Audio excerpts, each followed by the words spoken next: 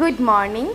তো চলো আজকেও সকালবেলা একটা নতুন সকাল, নতুন দিন, একটা নতুন ব্লগ নিয়ে চলে এসেছি। সবাই নিশ্চয়ই খুব ভালো আছো, আমরাও খুব ভালো আছি। তোমরা তো জানো জিম্মার পরীক্ষা চলছে, তো আমি একটু ওই জন্য ব্লগগুলো লেটে লেটে আসছে। এটা আমার গত সপ্তাহের ভিডিও শ্যুট করা ছিল, এডিট করতে পারিনি, প্লিজ কিছু মাইন্ড করো না। তো দেখো সুবীর যেহেতু নেই, আমি 1 কাপ চা নিয়ে বসলাম। আর মানে কি বলতো, ভিডিওগুলো শ্যুট করে রেখেছিলাম, কিন্তু যেহেতু জিম্মার পরীক্ষা চলছিল, মানে চলছে আর কি, সেই জন্যে না আমি একদম মানে আমার কাজ সমস্ত ওলটপালট হয়ে গেছে। ও পরীক্ষা বাচ্চার থাকলে আমি যদি বেশি ক্যামেরা হাতে করি না, ওরও মনটা এদিকে চলে আসে। ওই জন্যে আমি জানি তোমরা আমার বন্ধু, তোমরা নিশ্চয়ই সেটা বুঝবে।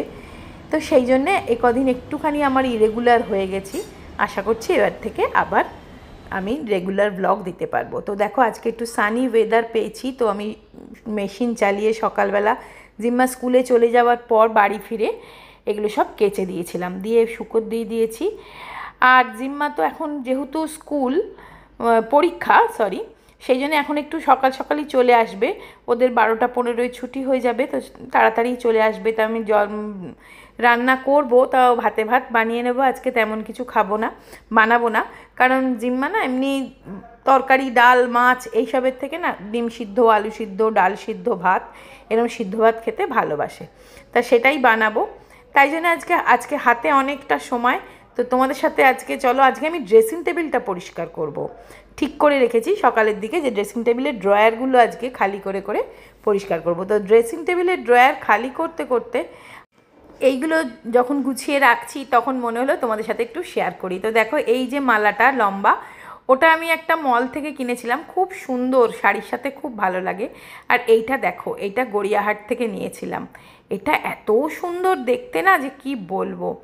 দেখো প্রত্যেকটা মানে একদম সিলভার কালারের ওপর মিনে করে এত সুন্দর এই হারটা না, শাড়ির সাথে মানে দুর্দান্ত লাগে। এই এই এটার সাথে কোনো দুল ছিল না, শুধুই হার ছিল। আর এইটা দেখো, এটা আমি বানিয়েছিলাম। আমি অনেক এরকম জুয়েলারি বানিয়েছিলাম কিনে এনে, বিডস বা এরকম কিছু। তা দেখো এটা মা দুর্গা, তা 1 বছর পুজোয় বানিয়েছিলাম, তখন প্রচুর বানিয়েছিলাম, অনেক বন্ধুবান্ধবকে দিয়েও ছিলাম। আর এটা রূপোর একটা এরকম হাঁসুলি মতন, খুব সুন্দর লাগে শাড়ির সাথে পরলে, একদম গলায় চিকের মতন আটকে থাকে। এটা আমি চাম্বালামা থেকে কিনেছিলাম, সিলভারের ওটা। আর তারপরে দেখো প্রত্যেকটা হাড়ি না ভীষণ সুন্দর, মানে আমার তো পছন্দ করে কিনেছি, আমারও সুন্দর। তোমরা কিন্তু জানাবে তোমাদের কোনটা সব থেকে ভালো লাগলো, জানাবে কিন্তু প্লিজ। এটাও কিন্তু আমি বানিয়েছিলাম। দেখো এটা না অসাধারণ। এর লকেটটা দেখো, একটা বুদ্ধর মুখ আর কি লকেটটা, আর লাল সবুজ বিটসে বানিয়েছিলাম। আর এই ছোট ছোট বিটসগুলোও কিন্তু ছোট ছোট এক একটা বুদ্ধর মুখ। এত ভালো লেগেছিল এই লকেটটা দেখে আমার। গড়িয়াহাটে না বাসন্তী দেবী কলেজ পেরিয়ে গিয়ে একটা মানে গলি মার্কেট মতন আছে, সেখানে না এই ধরনের জাঙ্ক জুয়েলারি বানানোর সমস্ত কিছু পাওয়া যায়।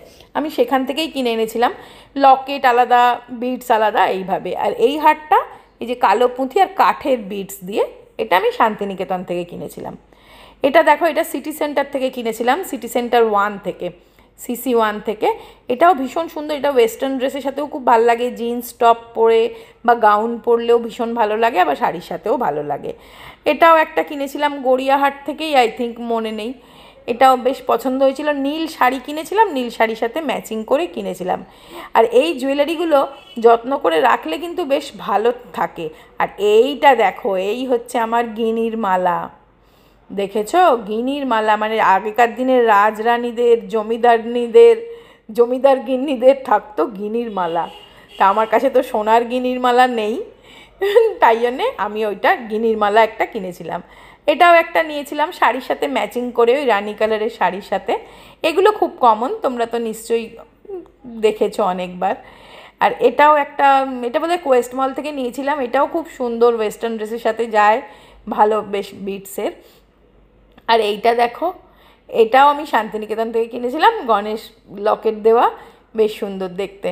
এই ছোট ছোট জিনিসগুলো। আর এই দেখো, এটা জিম্মার অন্নপ্রাশনের উপর সেই নজরকাঠি বালা। এইটা দেখো, এইটা হচ্ছে রিসলেট, কত বড়। কিনি কিন্তু পড়ার সময় আর মনে থাকে না গো, যাকে গুছিয়ে ফেলি। আর এই দেখো আজকে আমাদের সিম্পল লাঞ্চ। তো চলো এখন রাত্রিবেলায় ডিনার। তো দাঁড়াও, ফ্যানটা অফ করি। তেমন কিছু বানাইনি, মানে ঘুগনি বানাতে বলেছিল জিম্মা, ওই জন্য ঘুগনি বানিয়েছিলাম। আর বলে ঘুগনি দিয়ে ফুচকা দিয়ে খাবে, সেই জন্য ও কি করছিস তুই? ফুচকার জল বানাচ্ছে, দাঁড়াও। এই যে পানিপুরি মশলা, কতটুকু দিয়েছিস মশলা কি জানি।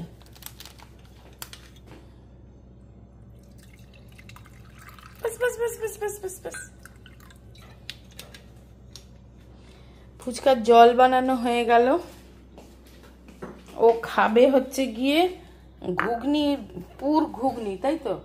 ফুচকার পুরটা হচ্ছে ঘুগনি।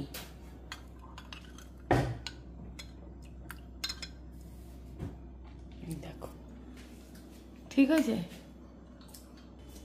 তো কড়াই বসিয়ে দিয়েছি, ভাজা হবে ফুচকা। চলো।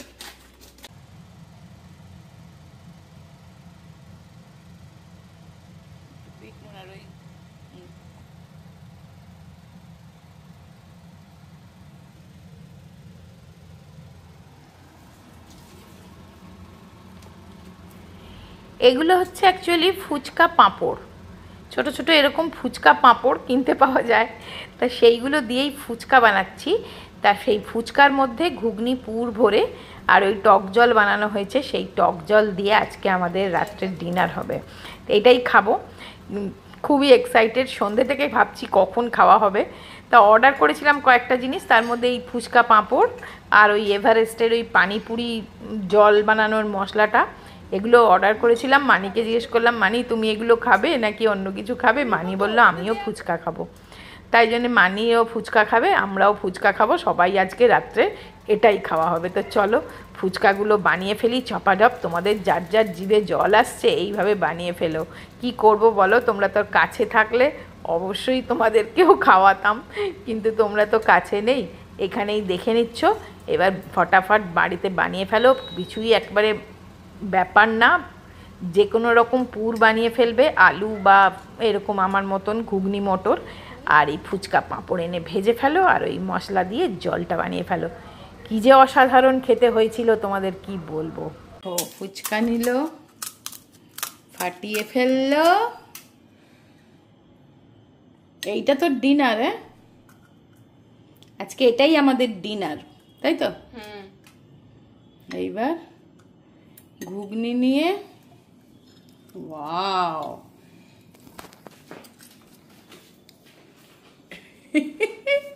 কেমন?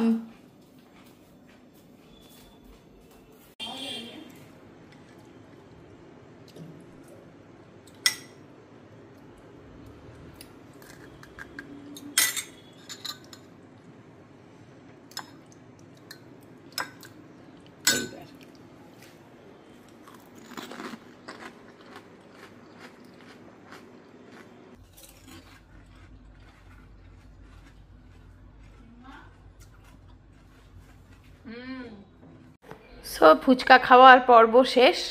এক কাঁড়ি ফুচকা খেতে গিয়ে জল পড়েছে নিচে, সেই জন্যে আমি এখন এসছি এই 11 স্পিন মপটা নিয়ে, সেটা একটু ক্লিন করে নিচ্ছি, মুছে নিচ্ছি।